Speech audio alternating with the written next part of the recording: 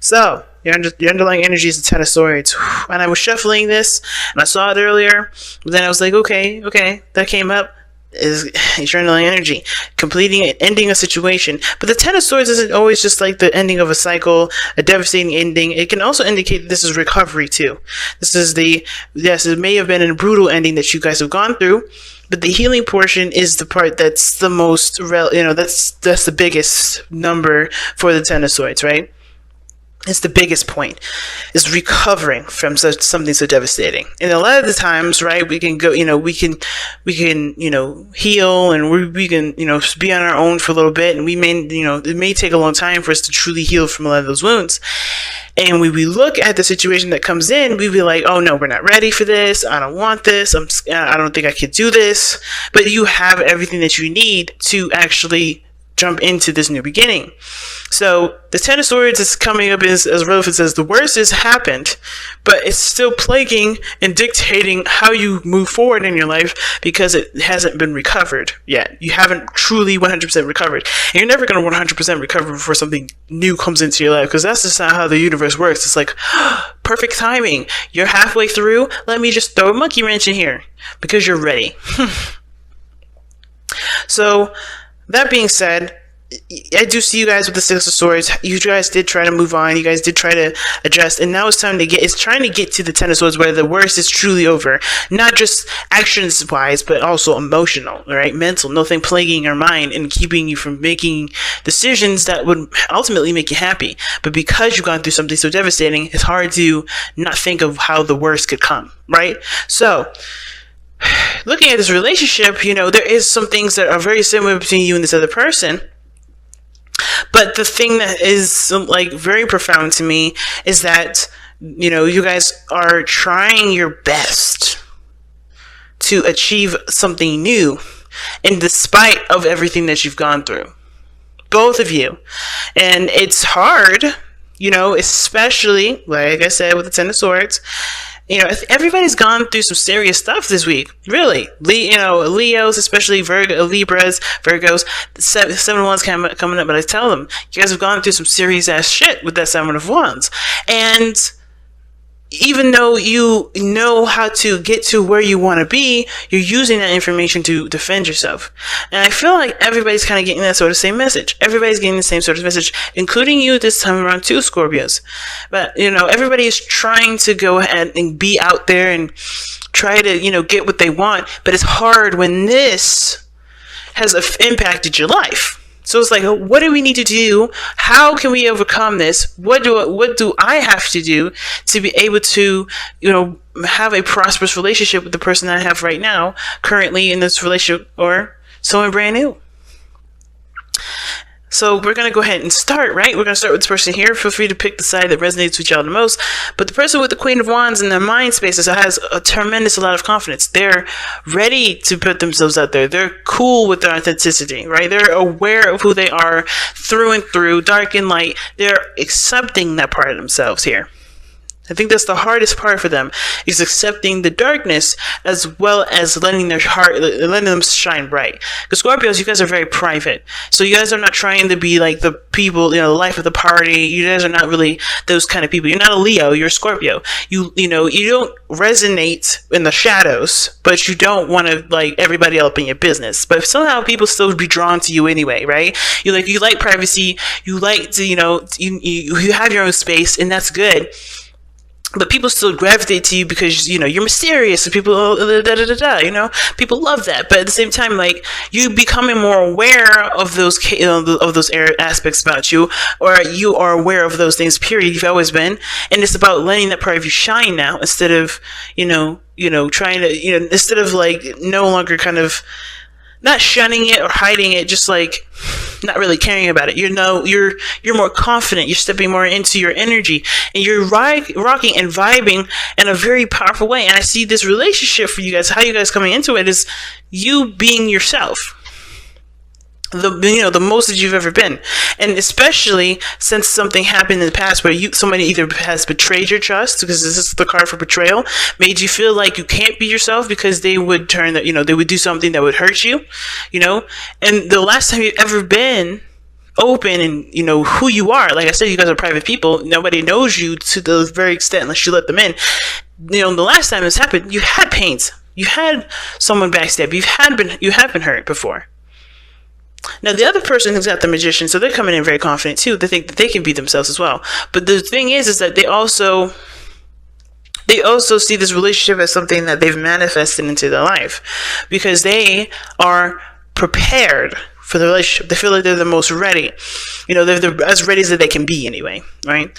But the way that they're acting right now is the Two of Pentacles. They're weighing up options. They're juggling things. They're kind of distracting themselves. It kind of looks like the things that they're going into, like they think that they're ready, but the way they're acting isn't. So maybe, in actuality, they may not feel like they're ready. They may feel like they need a little more confidence, and which is why they're distracting themselves, and they're putting other things before their feelings or their emotions, which is, in turn, putting things in front of y'all's relationship from getting, from having progress being made. Because this person isn't feeling very good, feeling very hot about themselves. Perhaps this person may feel like the last time they were in a relationship, they weren't prepared for it, they weren't ready, and they may feel like they're responsible for it being over or being destroyed. Or maybe this person feels like they're not sure if they're ready because of whatever happened to them, which is probably betrayal too, and they're not sure if they could trust. Right? Because the Two of Pentacles, this is weighing up options, like figuring out which is the practical option, because they're not letting their heart in. That tells me they don't trust their heart. They don't trust their heart when making decisions. Because the last time they put their heart into something, they got hurt. They got seriously injured. Like injured in the heart space, right? They were crushed. But that doesn't mean that their heart was wrong. And I think the situation when they're just looking at practical stuff is them saying that I don't trust my heart, so therefore I don't know if I can truly be in a relationship. Therefore, I don't know if I can truly love myself, because I don't trust that my feelings are going to protect me. But that's the thing, right? I think the thing is with boundaries is that we get it messed up. We think that our heart, our intuition is meant to protect us. It's meant to lead us towards, not improvement, but towards, learning things new, experiencing things. Our experiences, the knowledge, the thoughts, the practical thinking. Those are the boundaries. Those are what are meant to protect us, not our hearts, because our hearts always do what's best for us and always ring true to who we are as individuals. And the only way for us to be able to be true to ourselves as individuals is by listening to that heart part. But we have boundaries, we have experiences, we have knowledge, we have thoughts, we have traditions, we have routines to keep our heart safe, because we have to protect our heart, not vice versa. So I feel like with this person, they're thinking, I can't trust my heart doesn't protect me, I have to be able to come from a practical space to figure out whether or not this is good enough for me. This is clearly showing that they're not trusting their heart, but the magician is balanced in the sense that he knows that he has to have emotions. He has to believe in himself. That's the part that I am not seeing from this person. They're coming from an all practical place. So they know that they're not in a place of, I don't think I thought they were thinking, I don't know why I thought that somebody may be thinking that they were ready, but in actuality, they're not. I think maybe this person is wants to be ready, and they kind of try to believe that they're ready, but kind of lying to themselves.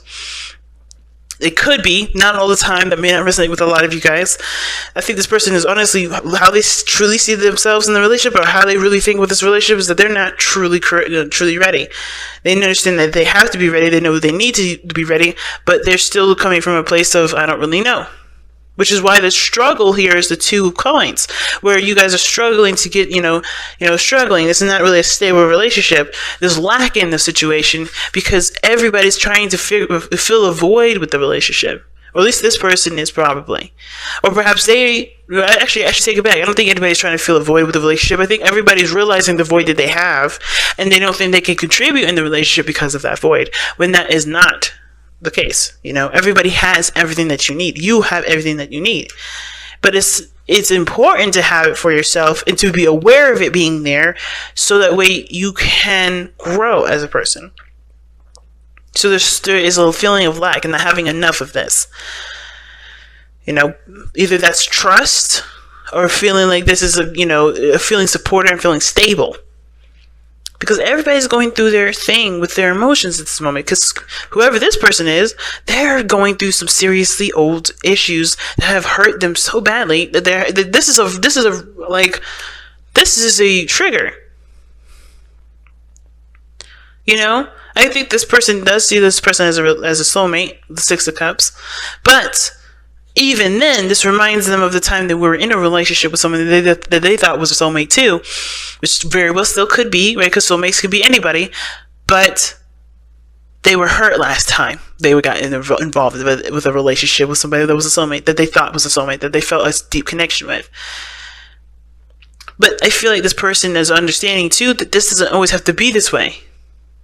The Three of Swords, that pain that they've experienced from the previous relationship here, that doesn't have to be this way. It doesn't have to be this way this time. Because not only have they grown as individuals, have they changed, have they accepted themselves and said screw it to everybody else's, BS and stuff like that. They've gotten more stronger than who they are.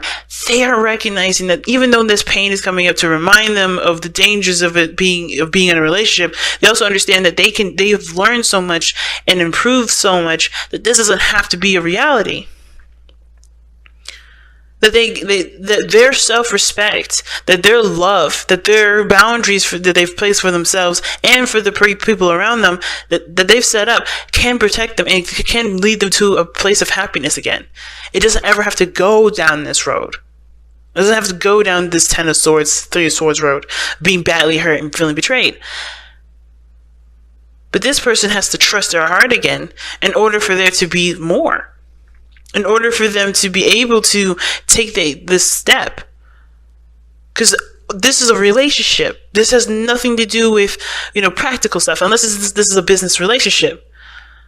Maybe you guys are struggling with the finances right now and somebody's trying to make a decision about which, what thing they should invest their time and effort into and put all their dough into that because they're not confident in any other, in their emotions and, figuring out whether or not this is the right path for them to go down and seeing how it works. Because either way it can turn out just as bad. But they're not allowing themselves to believe in any of these options, which would actually help them to prosper. Because if they believed in one of the options, they not only would they just be diligent, focused, and committed to making it work, but they would have so much energy put into it. They have so much, that is manifestation energy going into what they're putting their time and effort into. And I know I went into a business sort of thing, but that's how I see it, right? Even when it comes to a relationship, if they believe in themselves and they believe in the relationship that it won't turn out, and it doesn't need to turn out like it has been in the past, and even not even focus on the past, focus on how it can be better, how it can be beautiful. What where you guys can do, how you guys can connect. If they focus solely on how they can make the best out of their relationship, there can be some beautiful seeds sown and things growing in such a beautiful, beautiful garden. But this person is not coming from a place of belief. This person's coming from a place of fact or a place of prediction. Because at the end of the day, the case, coins, they're real. And the only thing that you can do when it comes to Pentacles is to predict what needs to be done in order for this to happen, when you could just have faith and keep moving forward.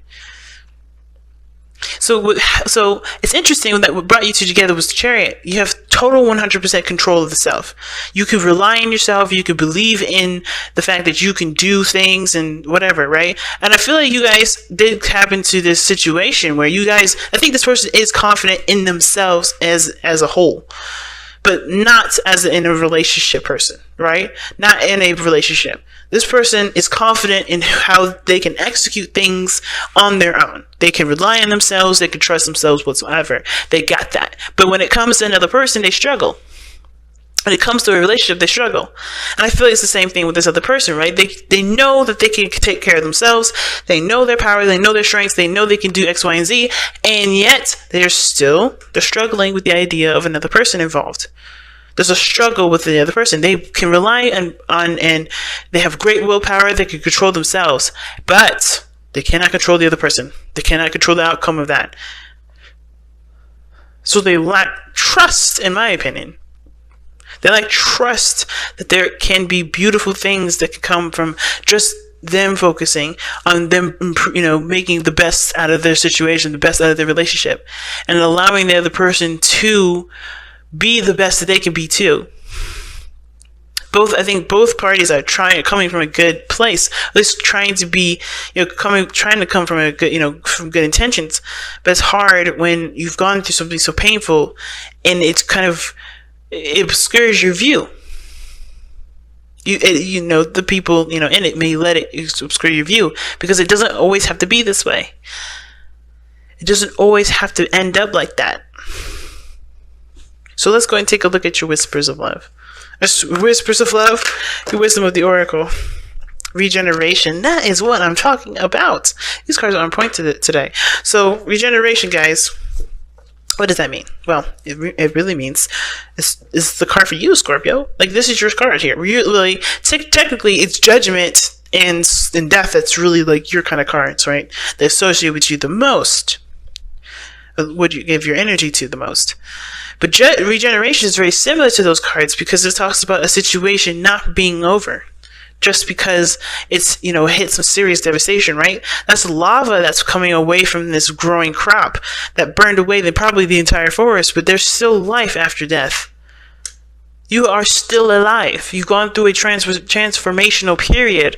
You've gone through serious changes due to the things that have been put to death, that has ended devastatingly, probably, like just how this lava is just trickling away. But you are beautiful.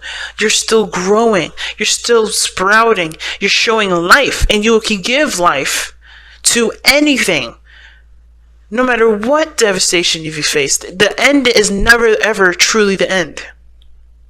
I think that's one of the things that I'm learning so much about in this lifetime, is that death is never truly death.